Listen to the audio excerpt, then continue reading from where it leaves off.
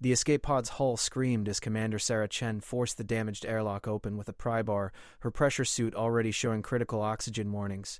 3 hours of floating dead in space after the battle had left her with two choices: break into the derelict alien vessel ahead, or suffocate in 15 minutes. The metal groaned, then gave way, and she tumbled into darkness that smelled of ozone and something organic she couldn't identify.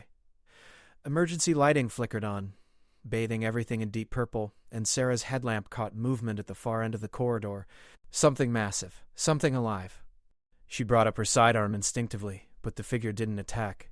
It stood perfectly still in what looked like a containment field, humanoid but easily 8 feet tall, with 6 arms ending in delicate fingers and a crown of crystalline structures growing from its elongated skull. The being's eyes, 4 of them arranged vertically, tracked Sarah's movement with unsettling precision. Then it spoke, and Sarah's translator implant struggled with the frequency before rendering words. "You are human, not a question." The voice resonated in her chest. The species that destroyed the Kethron blockade. Sarah kept her weapon raised. That blockade was preventing medical supplies from reaching the colonies. We gave them chances to withdraw. They never withdraw. The being shifted, and Sarah saw the energy restraints cutting into its limbs. "I am Tesserin, Queen Regent of the Velkari Communion. The Kethrons took my ship 3 cycles ago. They have been attempting to extract the navigation codes to our homeworld ever since." The alien's eyes narrowed. "Your presence here suggests their extraction teams abandoned this vessel. Why? Because I crippled their command ship before my fighter got hit." Sarah lowered her weapon slightly, calculating. "The remaining fleet scattered 20 minutes ago. Then we have perhaps 1 hour before reinforcements arrive to reclaim their prize." Tesserin's lower arms gestured at the containment field controls across the chamber. "The console, red crystal configuration. It will release me." Sarah didn't move. "Why would I do that?" "Because this ship's life support is failing and you need my assistance to repair it. Because the Kethrans will torture you as they tortured me. Because..." Tesserin paused, studying Sarah with intensity that felt like physical pressure. "Because your kind values honor in combat, and leaving an enemy to die in chains violates that code." Sarah's oxygen meter blinked red. 8 minutes. She crossed to the console where alien symbols writhed across organic displays. "Talk me through it. 3rd panel from your left? Touch the red crystal, then trace the sigil that looks like water flowing upward." Tesserin's voice remained steady, clinical. "You have no reason to trust me, human. But consider, if I wanted you dead, I would simply remain silent until your oxygen depletes." Sarah's finger hovered over the crystal. "Or you'll kill me the moment you're free." "Possible." Those 4 eyes didn't blink, but inefficient. "My ship requires 2 operators to achieve minimum functionality, 1 to manage propulsion, 1 to handle navigation and defense. Alone, neither of us survives the next Kethron wave." The logic was sound, but something in Tesserin's absolute stillness made Sarah hesitate. She'd seen prisoners before. They fidgeted, showed desperation, pleaded. This alien stood like carved stone, radiating command even in restraints. Sarah traced the sigil. The containment field collapsed with a sound like breaking glass, and Tesserin stepped forward in one fluid motion, all 6 arms extending. Sarah raised her weapon again, but the alien moved past her to a wall panel, fingers dancing across controls Sarah couldn't begin to interpret. "Life support stabilizing. Your air supply is now connected to my ship's reserves." Tesserin's upper hands continued working while her middle arms retrieved what looked like a ceremonial blade from a hidden compartment. Sarah's finger tightened on the trigger until Tesserin reversed the blade and extended it handle first. "For you. This vessel has limited small arms, and you will need a weapon for what comes next." Sarah took the blade slowly. It was impossibly light, humming with energy she felt in her teeth. What comes next? The Kethrans did not merely capture me for navigation codes. Tesserin moved to another console, and a holographic display materialized showing the ship's interior. They boarded with a biological weapon designed to target Velkari neural structures. The device is currently in my meditation chamber, counting down to detonation. When it activates, it will broadcast a signal that will guide their entire fleet to this location and provide them with the pattern necessary to manufacture a plague that will end my species. Sarah's mind raced. "How long?" 42 minutes. Tesserin turned, and something that might have been respect flickered across her alien features. The device is hardened against energy weapons and encrypted against my command codes. They ensured I could witness my people's doom even if I escaped my bonds, but they did not account for human improvisation. She gestured at the hologram. Can you disable it? Probably. Sarah studied the schematic, already identifying access routes, but that doesn't explain why you're telling me this instead of just piloting us away from here. Because the device is also this vessel's power core regulator. Removing it incorrectly will cause a cascade failure that will vaporize us both. Tesserin's hands moved across the console with practiced precision. And because your species has a reputation for solving impossible problems with reckless creativity, the Kethrans fear this quality in humans. I choose to exploit it. Sarah checked her oxygen. 6 minutes on her suit, but breathable atmosphere around her now. She unsealed her helmet. If I do this, I need something in return. Name it. Safe passage to the nearest human outpost, and an explanation for why the Velkari Communion has stayed neutral while the Kethrans have been raiding colony ships for 3 years. Tesserin was silent for a long moment. The second request requires a longer conversation than we currently have time for. But I can tell you this, my capture was not random. I opposed the Communion's neutrality. They allowed the Kethrans to remove that opposition. Her eyes held Sarah's. I am now a queen without a throne, Commander, which makes us both exiles. Do we have an agreement? Sarah extended her hand. We do. Tesserin stared at the gesture for a heartbeat, then carefully wrapped one slender hand around Sarah's. Her skin was cool, textured like reptile scales, but softer. Your customs are strange, but I will honor this. She released Sarah's hand and gestured toward the corridor. The meditation chamber is 3 levels down. I will route you the fastest path and begin preparing the ship for emergency departure. Commander, she paused. The Kethrans designed this device to be psychologically devastating to my kind. You may encounter defenses meant to break me. Do not let them break you. Sarah checked her sidearm and secured the humming blade at her belt. I've been broken before. I got better.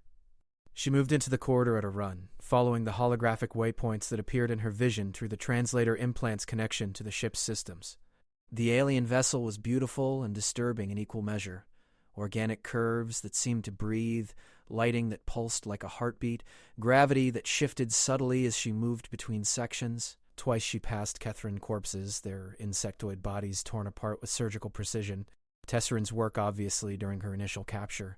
The route took her through what must have been a cultural chamber, walls covered in crystalline artworks that chimed softly as she passed, then through storage areas filled with containers marked in glyphs her translator couldn't parse. Finally, down a spiral passage that grew warmer with each step until she emerged into a circular room dominated by a pulsing sphere of black metal suspended in the center. The device. It was larger than Sarah expected, easily the size of a ground transport, and covered in symbols that hurt to look at directly. Kethran script her translator managed, but the meanings were obscured behind encryption.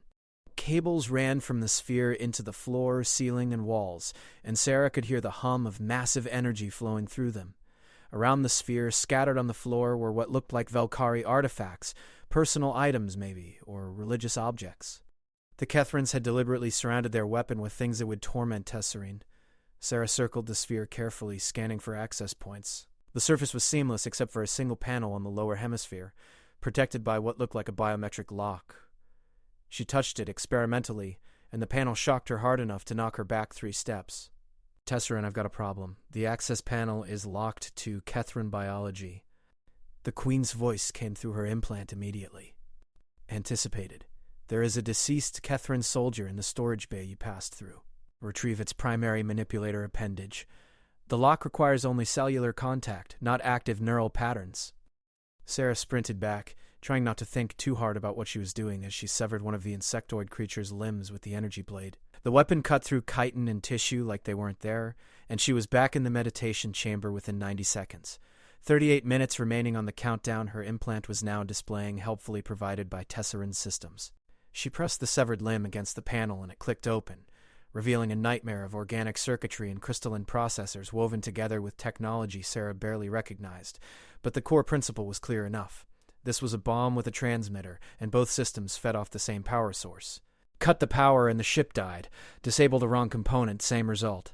She needed to isolate the transmission system without triggering the failsafe she could already identify wrapped around every major junction. Tesserin, I need you to reroute auxiliary power to my location. I'm going to try to fool the device into thinking it's already detonated. Explain your reasoning. The Queen's voice held curiosity, not doubt. If this thing is designed to activate and broadcast, it must have sensors to confirm successful detonation. If I can simulate that confirmation signal while physically preventing the actual trigger mechanism from firing, the countdown should abort. Sarah was already pulling cables from her suit's repair kit, adapting connectors on the fly. It's going to take precision I don't have time for, so I'm going to need you to walk me through the Valkyrie neural frequency patterns. You are asking me to provide the exact specifications the weapon is designed to exploit. Yes. Routing the data now. Commander, if this fails, it won't. Sarah's hands moved with controlled urgency, splicing her makeshift bridge into the device's communication array. And if it does, we'll both be vapor, so neither of us will care. She heard something that might have been Valkyrie laughter, brief and sharp. Your species' approach to mortality is refreshing. The data flooded Sarah's implant, and she nearly gasped at the complexity. Valkyrie neural patterns were symphonies of electromagnetic resonance, nothing like the simple binary structures human technology used. She began translating, building a simulation that would convince the bomb its work was done. 26 minutes. Her fingers flew across improvised connections, welding crystal to metal with her suit's emergency torch, praying the frequency calibrations were exact enough. 15 minutes. The device's hum changed pitch, and Sarah froze. Had she triggered something? But no, Tesserin's voice came through calm and measured. I am reading fluctuations in the weapon's power draw. Your intervention is having an effect. Good effect or bad effect? Uncertain. Continue. Sarah gritted her teeth and completed the final connection. The simulation activated, pumping false confirmation signals into the device's processors, telling it that Valkyrie mines across 3-star systems were already collapsing. Mission accomplished. Stand down. For 5 seconds, nothing happened. Then the countdown stopped at 11 minutes and 42 seconds. Sarah didn't dare breathe. The sphere's pulsing slowed, grew irregular, then settled into a low idle rhythm. Not deactivated, but no longer building toward detonation. She'd bought them time, but the weapon was still active, still capable of fulfilling its purpose if she disturbed the wrong component. Status? Tesserin asked. Stable. Barely. I can't remove it without proper tools in about 6 hours. I don't think we have. Sarah stood slowly, every muscle locked tight. But it's not counting down anymore. Can you fly us out of here with it still aboard? The weapon is indeed tied to the power distribution grid. If I engage primary propulsion, the energy surge will likely destabilize your modifications. Tesserin's tone shifted, became formal. Commander Chen, I am reading Kethrin signatures emerging from slip space. Multiple vessels. They will be within weapons range in approximately 8 minutes. Sarah's mind raced through options, discarding each as quickly as it formed. They couldn't run. Couldn't stay. Couldn't destroy the weapon without destroying themselves. She looked around the meditation chamber again, really seeing it this time. The personal artifacts scattered by Kethrin hands. The careful symmetry of the room's design. The way the cables from the weapon seemed to flow into junction points that pulsed with their own light. Tesserin, this chamber. It's not just meditation, is it? It's a neural link hub. Correct. Valkyrie queens maintain constant connection to our ships through resonance chambers like this. The Kethron severed that connection when they imprisoned me. The weapon occupies the space where I should be. An insane idea crystallized. What if we reconnect you? The weapon will detect Valkyrie neural patterns and detonate immediately. That is its purpose. Unless it already thinks those patterns are dead. Sarah gestured at her jury-rigged simulation. I'm feeding it confirmation of successful detonation. If you link to the ship through the same frequency I'm using to mask the signal, you propose I synchronize my neural rhythm to match the death pattern of my own people. Tesserin's voice went cold. To literally think in the frequencies of extinction, only until we're clear of the Kethrans.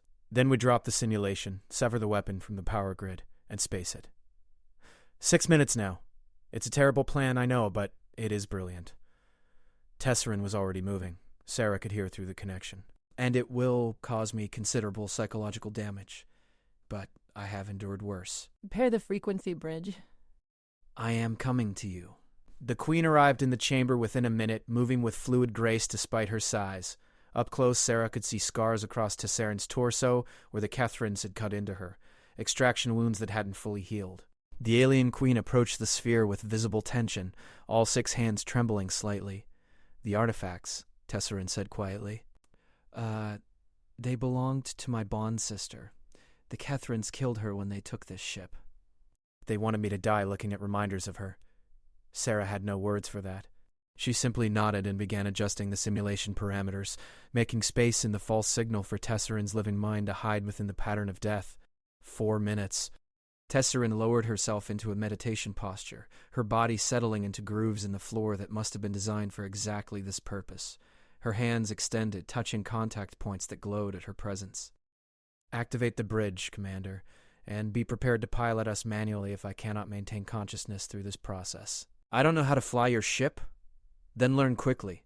Tesserin's eyes closed, initiating link in 3, 2, 1. The chamber exploded with light and sound that existed only in Sara's implant, frequencies that translated to screaming and silence and something beyond both.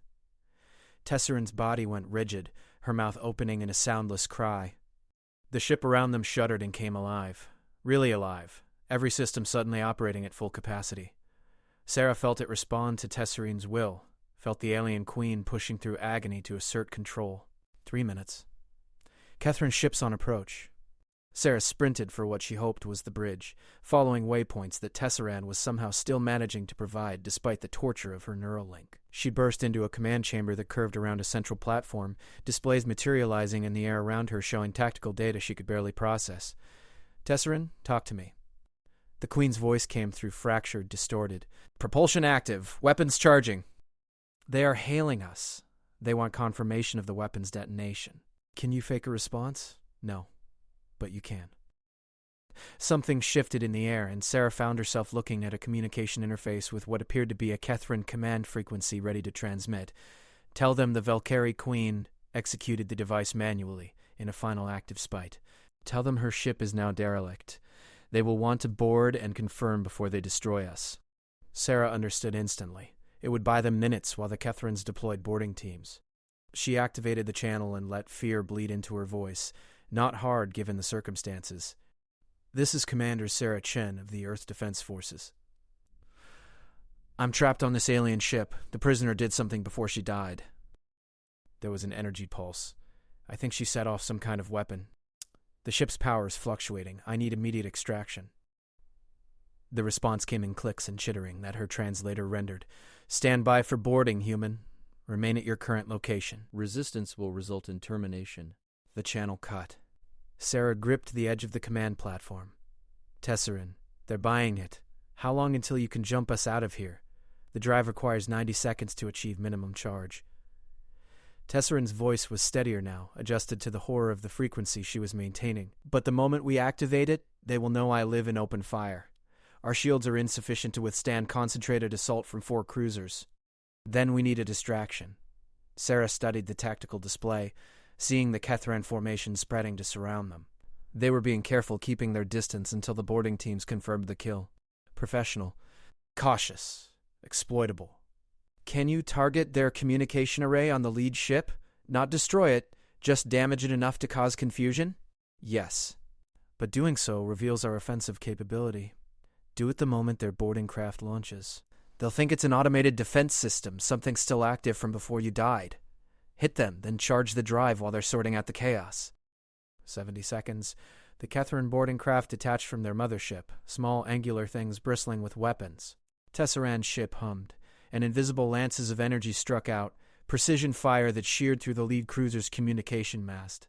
Instant pandemonium on the Kethran channels, orders countermanded, ships maneuvering to new positions, boarding craft receiving conflicting commands. 50 seconds. "They are adapting," Tesserin reported. "New formation.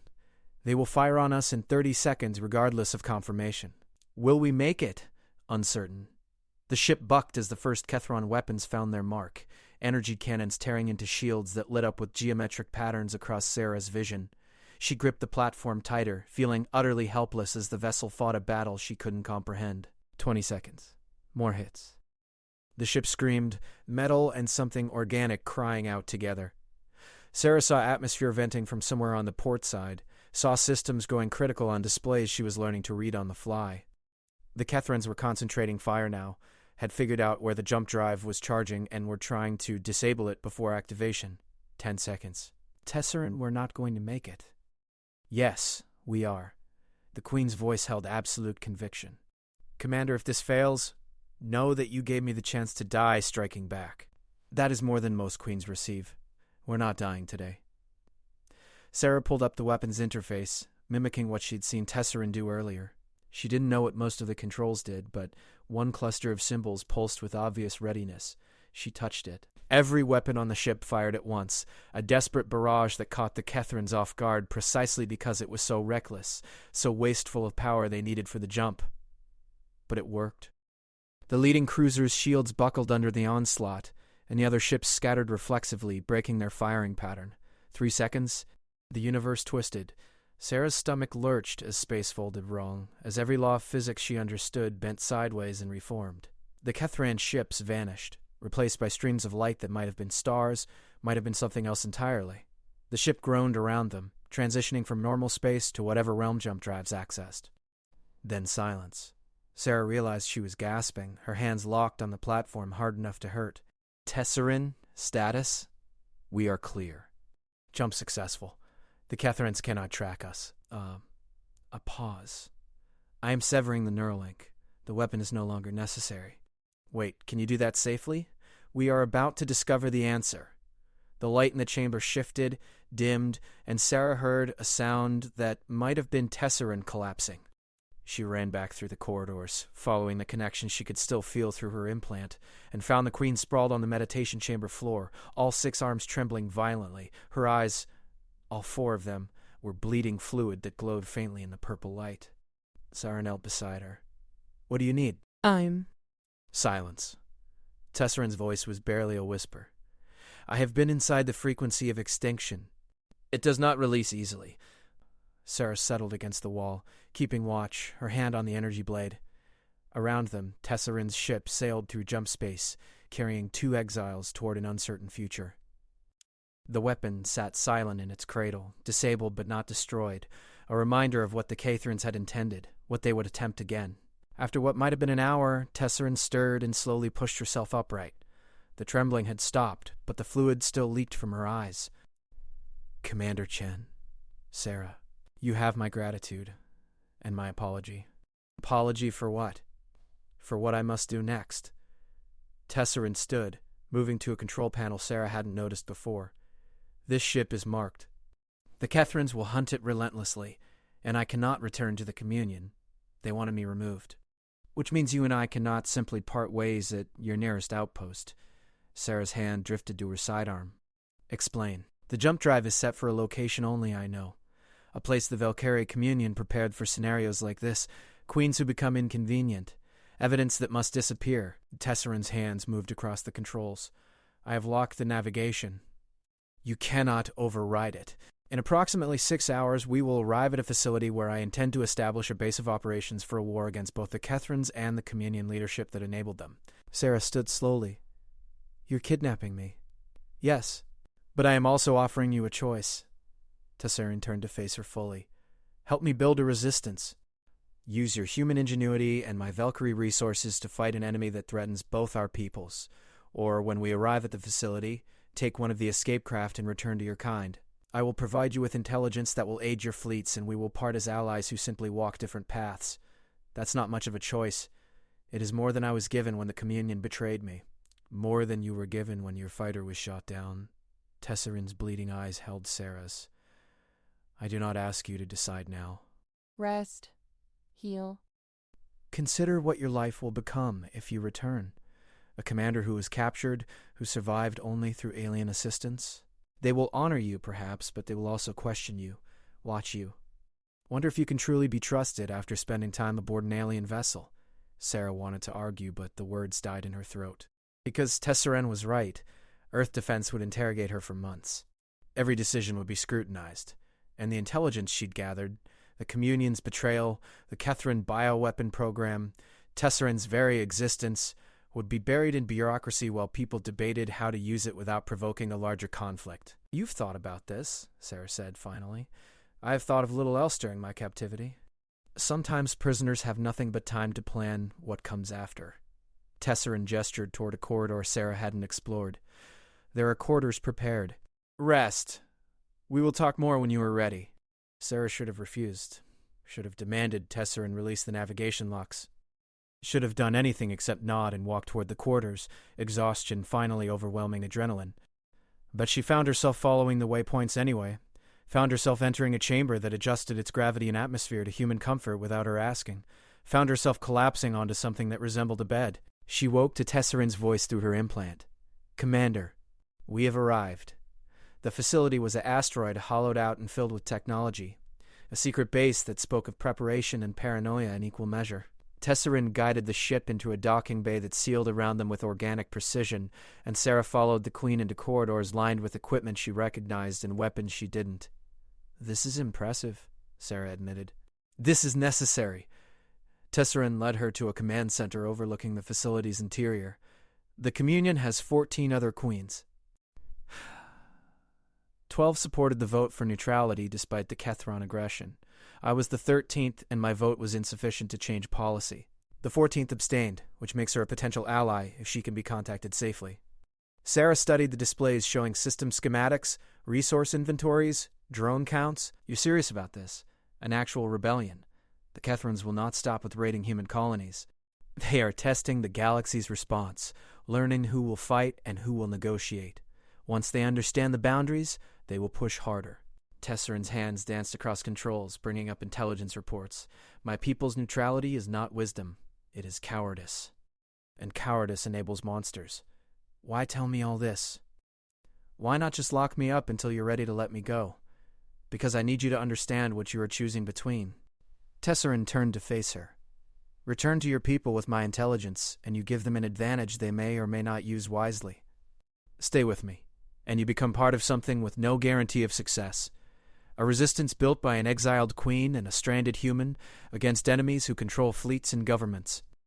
Sarah looked out at the facility, at the potential it represented, at the choice that wasn't really a choice at all, because somewhere in the last 6 hours she'd already decided, I'm going to need better weapons than this blade. Tesserin's posture shifted in a way Sarah was learning to read as satisfaction. I have an armory that will exceed your expectations. But first, you should know what you are committing to. The Communion will declare me rogue. Earth Defense will declare you missing, then likely dead. We will be hunted by multiple parties with significant resources, and our chances of survival past the first year are statistically minimal. You know how to make a sales pitch. Sarah extended her hand again. Partners? Tesserin wrapped one hand around Sarah's, and this time the gesture felt less alien, more like the beginning of something neither could predict. Partners. Though I should warn you, they'll carry partnerships are bound by ceremony that involves considerable pain and permanent marking. Of course they are, Sarah laughed, surprising herself. Let's start with the armory and work our way up to ritual scarification.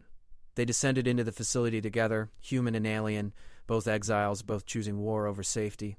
Above them, the asteroid's concealment systems activated, hiding them from scans and sensors. Around them, dormant systems began waking at Tesserin's command, the facility coming alive with purpose. The Kethrons would come hunting eventually, so would the Communion. And Earth Defense might never stop searching for their lost commander. But for now, in this hidden place, 2 warriors began planning a rebellion that would change the balance of power across 3 species. Sarah Chen had set out to fix her damaged ship and survive another day. Instead, she'd freed a queen, been locked into a ship that changed course, and chosen a fate that would mark her as traitor to some, hero to others, and something entirely new to herself. The galaxy would learn soon enough what happened when human improvisation met Velkari determination. The Kethrons had made weapons designed to end civilizations. Sarah and Tesserin would make something stronger. An alliance built not on treaties or tradition, but on mutual respect, forged in desperation and sealed in trust. In the armory, surrounded by weapons of a dozen worlds, Sarah selected a rifle that hummed with the same energy as Tesserin's blade. The Queen watched, all 4 eyes bright with something that might have been hope. When do we start? Sarah asked. Tesserin's answer was immediate. We already have.